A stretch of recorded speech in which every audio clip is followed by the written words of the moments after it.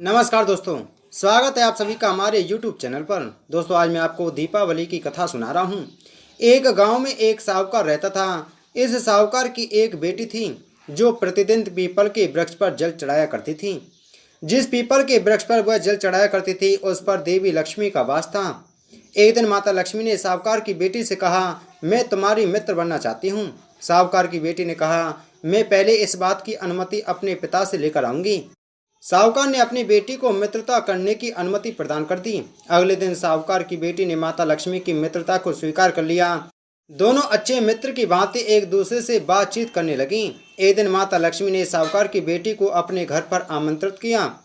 माता लक्ष्मी ने साहूकार की बेटी का अपने घर पर भव्य रूप से स्वागत किया और भोजन परोसकर बोली कि अब तुम मुझे अपने घर पर कब बुलाओगी। साहूकार की बेटी ने माता लक्ष्मी को अपने घर आने का न्योता दे दिया। माता लक्ष्मी ने उसका न्योता स्वीकार भी कर लिया।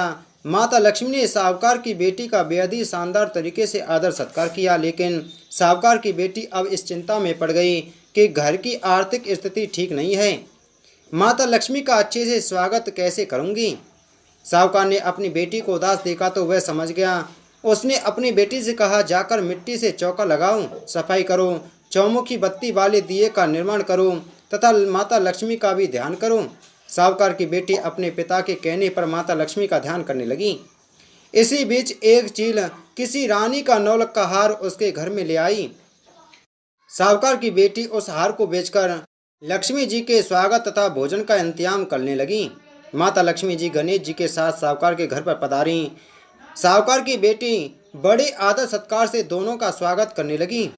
इससे माता लक्ष्मी तथा गणेश जी प्रसन्न हो गए तथा वे दोनों साहूकार और साहूकार की बेटी को खूब आशीष प्रदान करने लगी। माता लक्ष्मी तथा गणेश जी के आशीष से साहूकार घर धन धन से परिपूर्ण हो गया। बोलो लक्ष्मी माता की जय। बोलो गणेश भगवान की जय।